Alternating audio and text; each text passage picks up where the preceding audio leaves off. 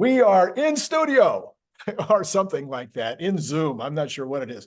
It is Bradford Ferguson joining me tonight to bring in another Good News Thursday. Brad, thanks for co-hosting.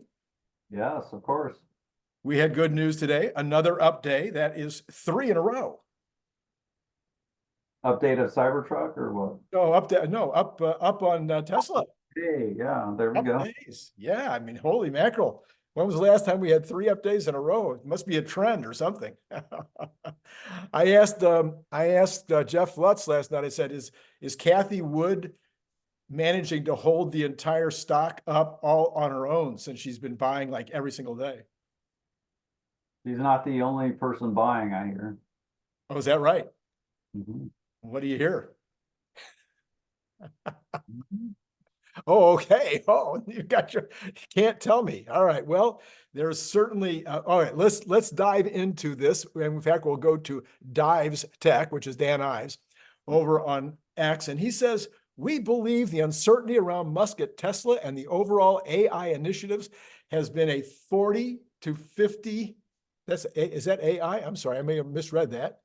Yeah, the overall AI has been a $40 to $50 per share overhang on the stock that must be addressed by the board. He thinks the board needs to do 3 things: create a new comp package that supersedes this 2018 one, devise a new comp package that would give Musk his 25% that he wants, and we believe Tesla moving to Texas would clear the way for the board to get this done. And you think? Yeah, how does moving to Texas make it easier necessarily? I think I don't know about Texas corporate law, but the governor of Texas was just talking about creating a special court to bump up their corporate law. So I think if you move to Texas for the legal side, you're moving into an unknown situation, and maybe an unknown situation might be better than the kind of luck they've had at Delaware. Right. So, but you agree with the new comp package and the 25% voting capability? That it's overhanging on the stock? Well, that it's an overhang, that the whole thing is an overhang, and do you think it's 50 points? I agree. It's a part of the overhang. When I first heard the news about it, I wasn't pleased as far as the court decision rescinding the pay package, and then Elon being in doubt of whether he's going to get it back and etc. I thought that was a negative. Tesla does have the ability to go back and award some kind of pay package.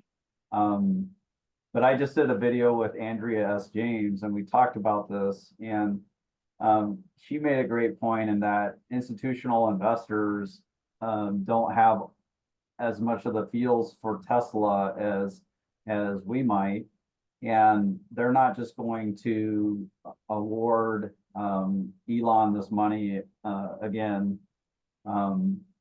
They may oppose a similar package.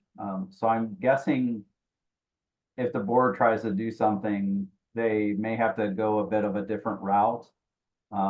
Also, there's going to be an awkward situation where, so technically Tesla already expensed $3 billion for the old package, right? And that was the value that they awarded it at. That was the value of the stock options according to the Black-Scholes model and all that. So by the court rescinding that, Tesla potentially gets to acknowledge a $3 billion gain. It's a non-cash gain. Right. Then if they award Elon some package that's like $50 billion in value of options that are now deeply in the money, they might have to recognize a $50 billion gap loss from that. Right. A non-cash loss, it'd be for the same or similar options. And it'd be kind of weird. It's going to be like this weird accounting black mark against Tesla, where people look back on the financials and not quite understand it. So I'm curious to see what this looks like. I'm guessing Tesla is going to fight this decision, and Andrea S. James made another good point in that Tesla can both appeal the decision and work on a pay package for Elon at the same time. Sure. Yeah. And I think, of course, that's what'll happen. Well, Reuters says that they are shocked that Tesla doesn't generate as much revenue per employee as Ford or GM. Tesla is about $700,000 per employee, where Ford is $940,000 and GM is about $1 million. Is this a case of the best evidence yet that reporting as a profession is going down the tubes? There's no nuance at all to the story. I'll let you go first. What would be some pretty obvious explanations for why Tesla would have a much lower dollar per employee situation? So, and I think it's also like a number of vehicles per employee. So Tesla has their own dealerships, like that's the big one. So, GM and Ford, they rely on this whole dealership network that has thousands and thousands of employees that they don't show up in the numbers for GM and Ford. Right. Tesla does that in-house, and they actually end up saving like $2,500 to $3,000 potentially per car, because they're not paying dealers to handle the sale and handle repairs for them. Right. And then we also have the verticals. That's verticality on the sales side. We also have verticality on the manufacturing side, where they make all their own stuff practically. So you have another bunch of employees that would not necessarily be there. I don't know whether the overall manufacturing ratio would be any better or worse, because we also have efficiencies that these guys don't have. But my guess would be probably maybe they would have more employees on the manufacturing side as well. Yeah, GM and Ford, they're giving up quite a bit of money by not making their own seats. Tesla makes their own seats, which is a big deal. Maybe Reuters should have looked at the profitability per employee. Maybe they should have. So on another subject, I was speaking with Brian Wang a little while ago, and he's been on the show several times regarding Megapacks. And then he was wondering, when I talked to you tonight, if I would talk to you about how much information about, well, okay, we have the shipped product and the installed product, but it's not all accounted for in revenues. And Larry and I were talking about this Monday also. Do we know what these contracts say? And did the K10 give us what might be helpful to you as somebody who's really looked into the accounting? Do we have a clear idea of how and when these revenues will be realized? So they do break out the deferred revenues in the 10K. That's Matt's job, Matt Smith's at rebellionaire.com. Okay. I didn't check out the latest version of that, but you can see how that those deferred revenues are growing in the business. So what you can track when you're looking at what Tesla is both recognizing as revenue and deferring as revenue is you can track both of them combined, and that growth and that shrinkage of the deferred revenue, because not only does Tesla report the change in deferred revenue each quarter, but they also talk about like how much was recognized from that deferred revenue. Okay, so there is enough information there for us to really be able to get a handle on how that looks long term. Yeah, there's more and more, but it's not like they say definitively like X portion is bound by like a 5-year contract or things like that. So it's not laid out in detail like per type of contract or anything like that. Okay, and then earlier today, I did a video with Larry Goldberg in detail. We were looking at the whole business of how to value Tesla's stock. And it's a really good video. If people didn't see that, I'll put up a card. I'll try to remember at the end to put a card up on that. He talks about the difference between a company that is disruptive and how you value a company like that versus how you value a company that is more normal, if you will, in the way that they grow and the way that they think. And so in taking that into consideration, I was hearing some other stuff that's been in the news the last few days. For instance, Bill Baruch on CNBC Halftime said he's buying Tesla. He says the 2026 PE is now down to 24. So he has added Tesla to his list of those. I'm sorry, he's added to the list. I don't know what I wrote here. what he's talking about. Oh, I know. I added him to the list. Top picks list, maybe. No, that there's quite a few people now that are saying, look, the short term ain't good. It's not going to be a great year for Tesla this year. They'll grow, they'll do fine, they'll make money, they'll have free cash flow, but that the real big days are ahead of them in like 2026. We had evaluation guru Professor Damodaran, who said pretty much the same thing, and he's just started buying Tesla, and he hasn't been buying Tesla.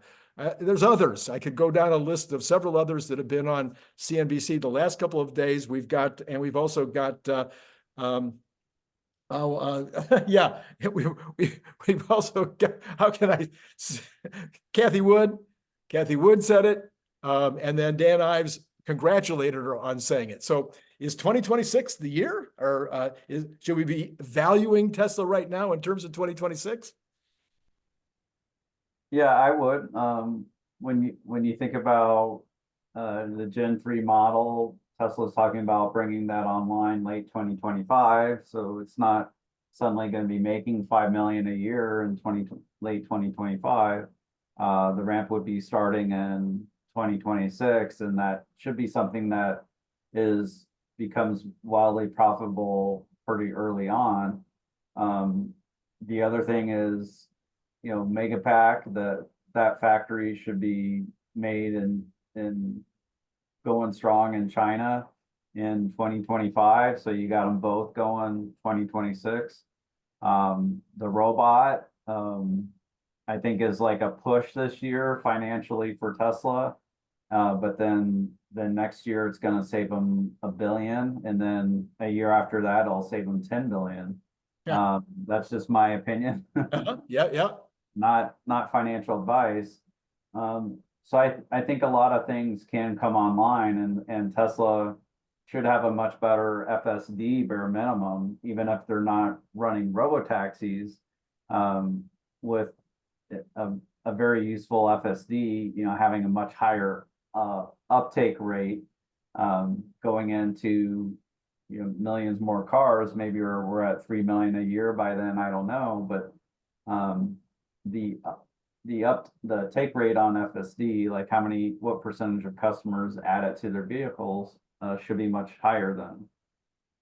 Yeah, and we've also got the 4680 should be fully ramped by then, and beginning to increase the numbers in all facilities. You got the semi truck that should be building something in 2025, and then a lot probably in 2026. And you got the Cybertruck that may be at a 250,000 run rate by 2026 as well. It just seems like everything is kind of coming together in 2026. So that's kind of, I think, what Larry's talking about, where he says that in his essay, he says that the view of a disruptive company is it's all about the vision and not necessarily about anything short term.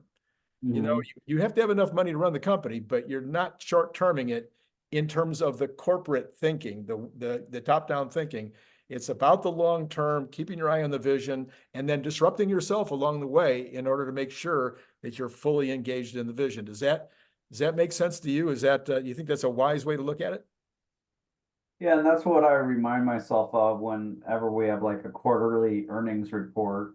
Of course, I want to hear news about what's going on with the company. I'd like to hear them talk more about products that aren't out yet, which they never do, but that's what we expect now, that they won't. That's what I need to keep in mind as I near earnings report. Is I get excited, but then I'm like, what's truly important is a year from now, 3 years from now. When you're investing in any company, you're investing for their future profits.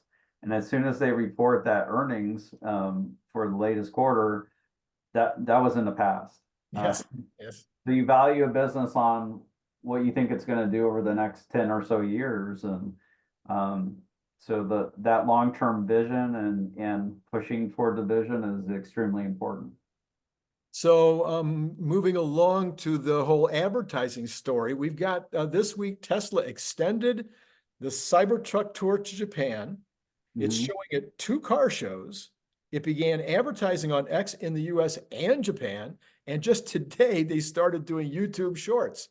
I'm all in for this kind of strategic rifle shot type of advertising. What do you think?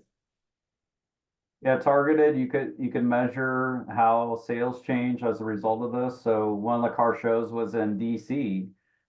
So around the time of the car show, you can see how sales change in that regional area.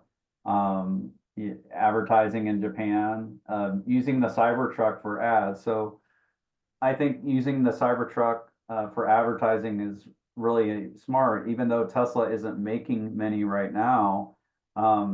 It's a head turner. It breaks something in people's conscious where it gets their attention. Um, there's another company we invest in that's called Lovesac, and they make sectionals that are highly customizable, and they put speakers in the sectional, so they're hidden inside. So like your base is like right under your butt, which is pretty cool. So they advertise for this, even though it's only about 10% uptake. And what it does is it shows people one way that they're really different, and that's exactly what the Cybertruck does. Is even though they may not be selling a ton of Cybertruck in Japan, it it it it breaks something for people where it grabs their attention and it allows people to be a little curious and open-minded.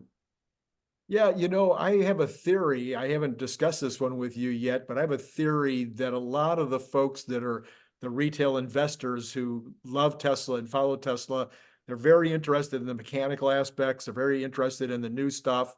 They're very interested in kind of the technical aspects of how the market moves and the economy and how it all affects. And that's what my channel's always been about, but they don't seem to ever be very interested in the advertising and the marketing. Do you think that's because that's a big black box for most of the population that is so completely off their radar that they don't really get it at all, and so have no idea how to judge it? I think part of it's because we all avoid advertising when we can. We all tend to hate ads generally. So I think that's a piece of it. It also you see so many TV ads and you wonder, okay, like what's the point of that? What, how are they getting paid? You see these commercials where it's a cute story, but then it's unrelated to the product, which comes at the very end, and you're like, okay, um, maybe that gets people's attention, but then there's this cognitive break. So I think there's a lot of skepticism where people who aren't medical marketers like you and I can be at times.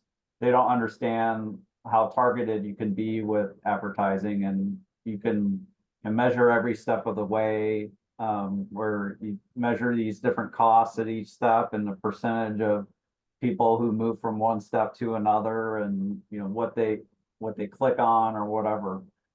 So you can measure it and experiment with it and see what works, and you don't have to suddenly do $1 billion experiment to test. Like literally you can do ads on YouTube videos and do like $150 a week. You don't even have to do that much.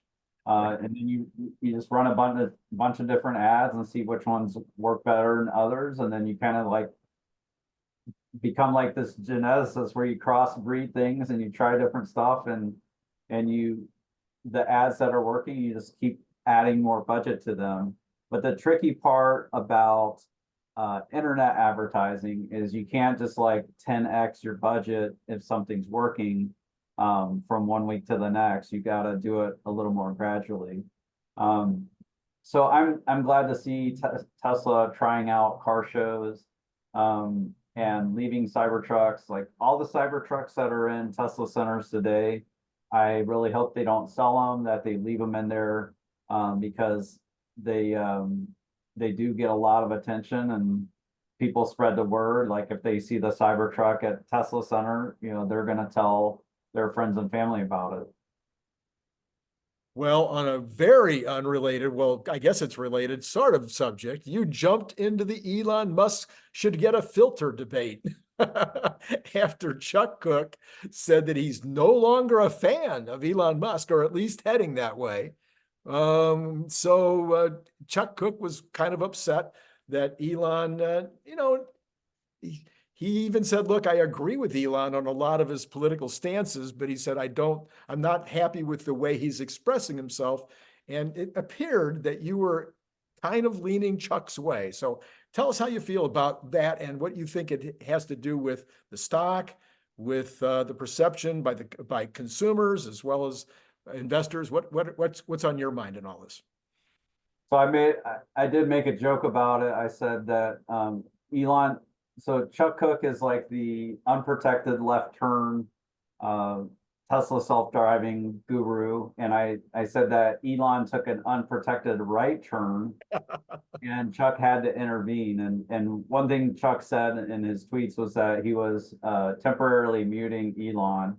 Um, there's there's an engineer that's based in Israel, and he can get into stats, and he said that Elon had tweeted like, I don't know, 200 some times recently, and only like 2.5% of the tweets were Tesla related, and the rest was politics. Right. I think he's just beginning to wear things down, and what triggered me a bit was Elon used some crude language about some interview that happened with Zelensky in Ukraine, and I hadn't seen the video. But when you see the video of this, and it's Aaron Burnett and Zelensky, they did kind of meme and re-edit the video a little bit, but it's like very weird. It's like the most softball almost you can be as an interviewer.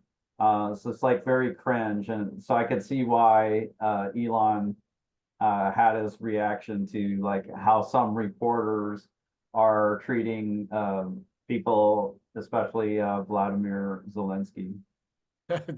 He was suggested that maybe they were hand holding, or I think it was a little worse than that, but okay. But what do you think? So what do you think? Does the Elon Musk, on the one hand, there's the old story in publicity that I don't care what you say about me, just spell my name right. Yeah. Because the publicity is going to keep my name and my company name and my company products in front of the public. And that is going to overall, over time, that is going to be a positive thing. There's the other side of it, which is at least temporarily, you can really offend people. And in a couple of my books on retail, how people should run a retail store, in a couple of those books, I've told people, pay attention to the music you're playing, pay attention to the language that your employees are using. Be kind, things like that. Keep your place clean, because people get offended by very small things. And if they are offended, they are not going to come back. They're not going to tell their friends. So there's both sides of that story. How do you come down on it? Interesting story. So I was getting my teeth cleaned by the dentist, and they had these videos on like above you. And one of the videos was this fish scene. And so, they put it on thinking that it's a fine scene to have. It's just fish around a reef. But what was actually happening in the scene was there were a lot of like small fish that had just like come out of their eggs, and there were these larger fish just eating up all these small fish. So you're literally watching this It's carnage. genocide of fish. So I let them know about that, and they actually did end up changing it. It feels like at times Elon is an equal opportunity offender. I I wish at times he would navigate things politically a little better. And I know he's attacked, and he feels like this is some important time. But one example is the Gigafactory Berlin had just been made, and this was someone else who kind of remembered this story.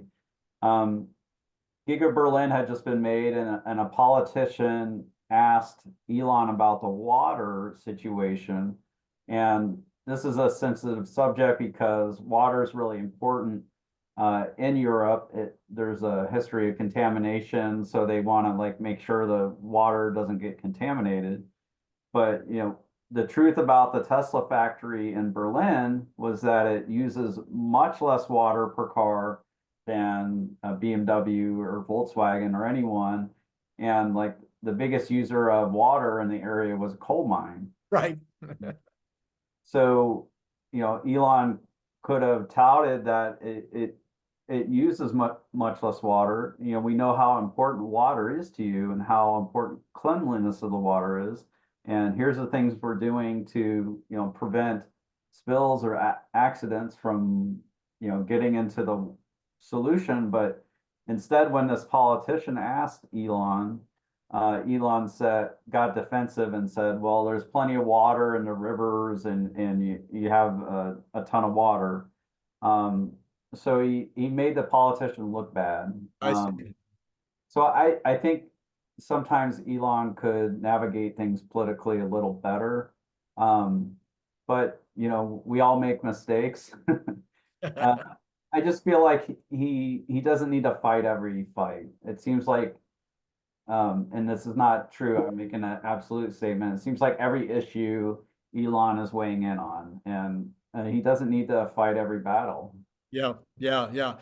So I'm all for the freedom of speech thing, and for the his statement I think he made yesterday or today about it's freedom is way more important than the companies or our money or anything else. I mean, this is if we don't have our freedoms, why bother? I mean, it's just horrible to live in a place where you don't have these freedoms.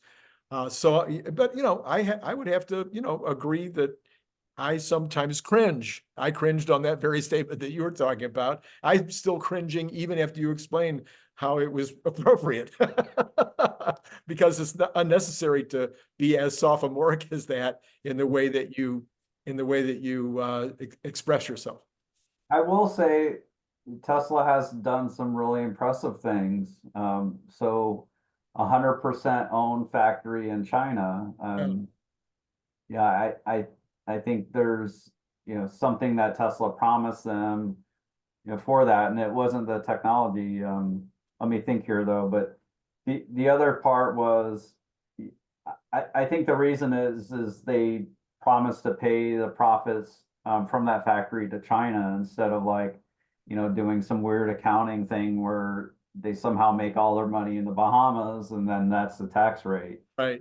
So I think that was what they gave for that. And then they also were given very low cost loans to build the factory. And the thing that Tesla gave up for that was that they promised to pay off those loans before they took any of their money out of China. Right. So they made really good deals, and so there's pluses and minuses. Of Oh yeah, course. no, I mean, None of the companies we're investing in are the CEO's saints. They're not quite as outspoken as Elon, but we're not looking to find saints to invest in either. yeah, no. How much money can he make us? All right, so it was a big day on Wall Street today. The S&P hit 5,000 for the first time in history. Is there significance to that, or is it just an even number milestone? Yeah, I don't think there's any significance to that. All right. Well, here's my last question of the day. I've been building up to this. No, I'm kidding. This is not any more significant than anything else. I made a statement this morning on my show that inflation could go to zero, in my opinion. I don't really care. I think actually it's better for everyone if inflation went to zero, because basically inflation is just a tax, and this particular tax hurts the poor more than anybody else because there's no way to gradate it. I can't pay more inflation than a poor person can, and the inflation hits the things that the poor individual is most dependent upon in their daily life. So is having a 2% inflation as a goal, is that a good idea?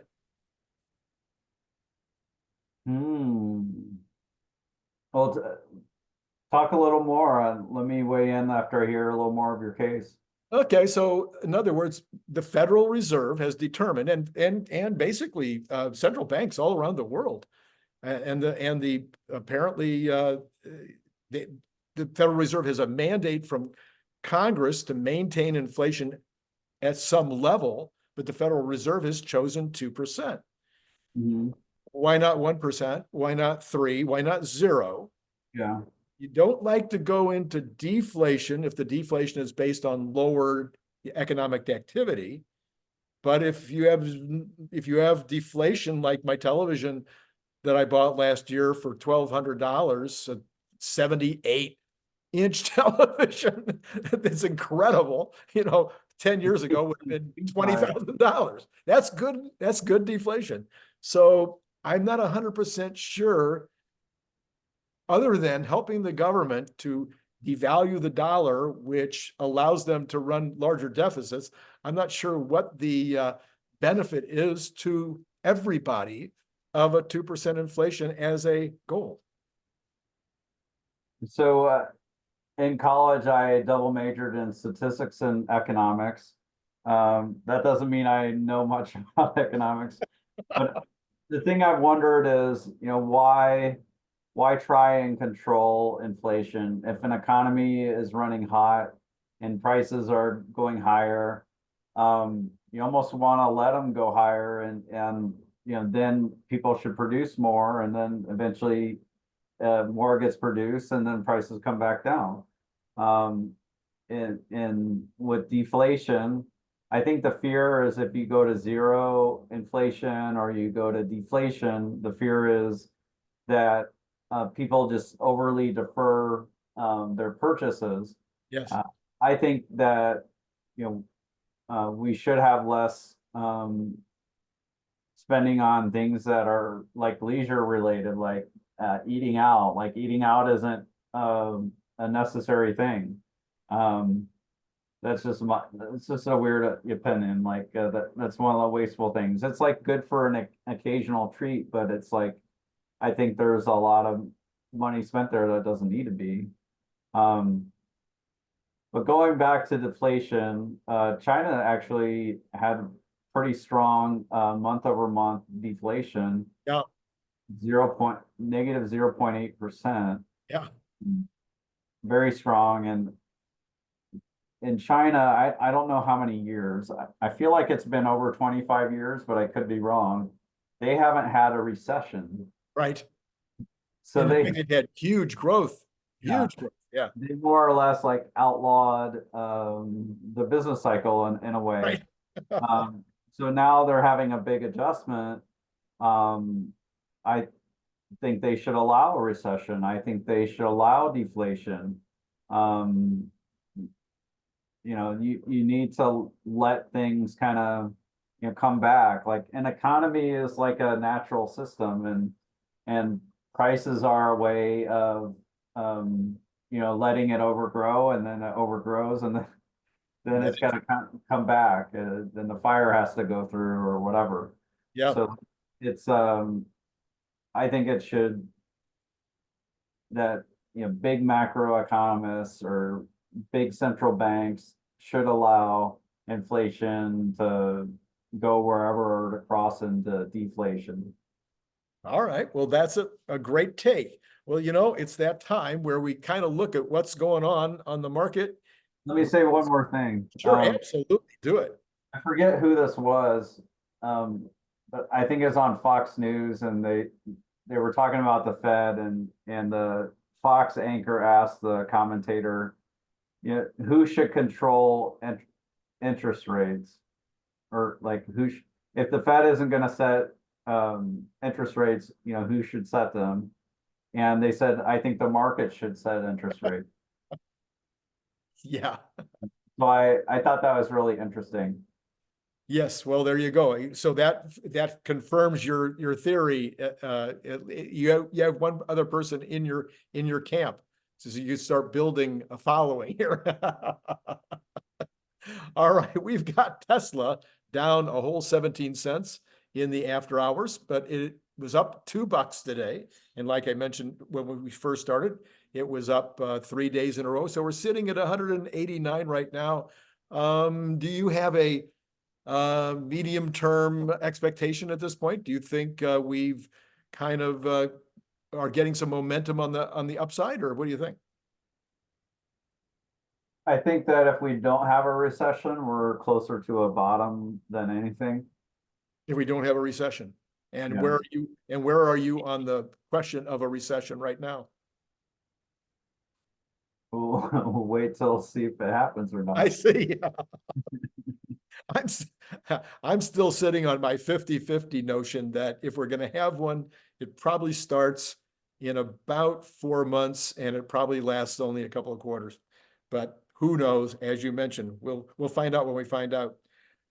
The 10-year has retreated. The 10-year yield has retreated a little bit. It was up strongly during the day, but it's down 1.5 basis points now to 4.154.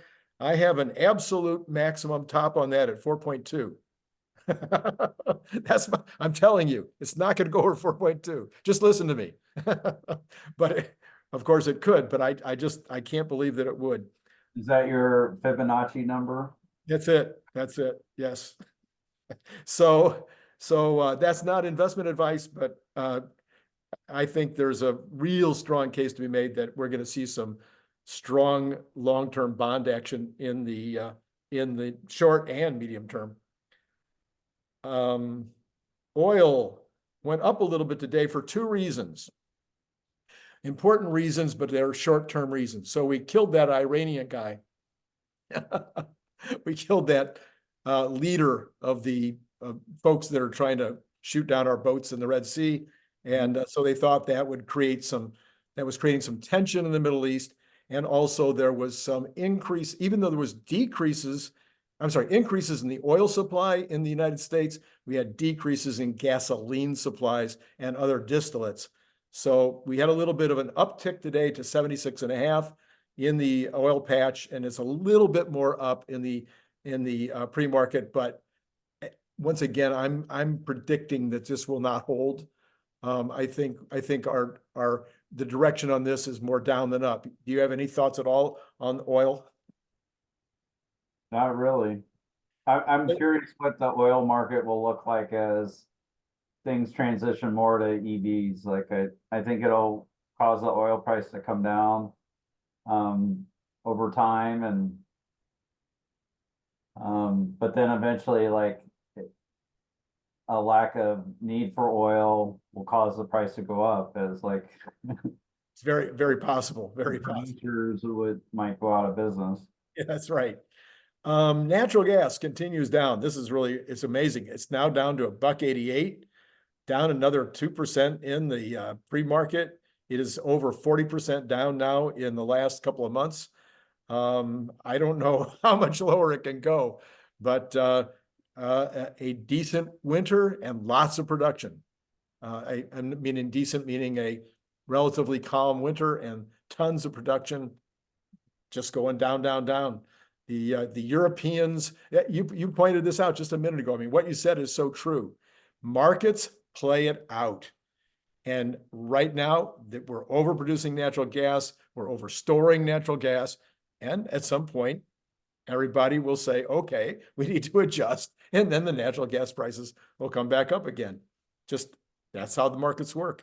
Gold, even in the after hour, I mean, the pre-market, copper, even, nothing, no real action in that department at all. What No. about Bitcoin? Bitcoin is, and the dollar is also even. Bitcoin for the day up 12.58, sitting at 45,375. No, So this is pretty strong right now for still higher than where it was when they started the ETF. right, It was sitting at 43 for a while, went down to 40, I think. even under like 39. Yep. And, So back 20 up to, I think, a little over, you're right. And then in terms of the equities, we got the pre-market sitting with the Dow Industrials down 30, the S&P down 225, and the NASDAQ up a whole 50 cents. So other than the Dow being down 30, pretty flat in the pre-market right now. So do you have last thoughts about today's action, or about what's going on with Tesla, or what's going on with Elon? Yeah, so we saw the Giga Berlin shutdown has happened. So they had I think they had a week off. Model Y production held steadily strong in Texas. So this is boding well. It looks like Texas is stepping up Model Y production. I don't think it necessarily it's going to be 100,000 more this year, but you know, it's looking like it's going to be meaningfully higher than it was last year. Yeah, and I was excited by the deal where Tesla is going to get the equipment from CATL Yeah, to make LFP batteries in the US. I think that's a big deal. You know, Tesla is going to get $45 per kilowatt hour right. just to make it in the US. So Which, it's going to be very profitable, and I think we'll see more deals like this where CATL may just send like a completed setup to Tesla. Maybe this was one thing that was slowing down batteries for the Megapack. Maybe like CATL was getting this line ready for Tesla, and then like, you know, writing down the instructions, and then they had to, you know, pack it up and ship it to the US. So right. no. Well, yes, those issues, those situations that are continually developing. It's always showing such strength in the way that Tesla thinks about these kinds of things. Yeah, go ahead. Another one. Yeah, the Cybertruck is getting a software update, and one of the big pieces in the update is it apparently wasn't doing much preconditioning of the battery, or wasn't doing it as much as it could have. Yeah. Part of the update is it's going to precondition the battery as it gets closer to the supercharger. So when you navigate to a supercharge, it'll do that. And that's going to help the charging time, which there's a lot of criticism about charging times that were experienced when people, you know, receive their Cybertrucks on that special delivery day. Right. Well, these are good. These are good things. Even tightening up I think the driving dynamics too, and they're talking about going from a maximum 3% rear sear on the tires, where the rear tires can do this, Yes. to a 10%. So the turning radius at low speeds is going to be even better than it was. Already it was as good as a Model S, and I'm guessing it's going to be much better. Right. Much better. Yes. They'll get it down. Eventually, maybe the turning radius will be 1 foot, you know? No, I'm just playing. Well, before we say goodbye, I do want to tell people to go back and watch that video that I did earlier today with Larry Goldberg. It's a masterpiece. You really do want to go back and check that out. I will put a card right here. And then He's a great investor. He's got a lot of experience. He invested in Amazon for a very long time. And he hung in there when Amazon went down like 95%. He's done a lot of investing in private equity, and knows how to value companies and think about companies. So I highly recommend a watch too, and I'm gonna check it out right now. okay. All right. Well, as always, Bradford Ferguson is from rebellionaire.com, and everybody should go there and check it out. Thank you so much for co-hosting on Thursday night. I was glad we were able to bring some good news. Yeah, good news this week. That's right. And to all of you out there, it's been great talking to you.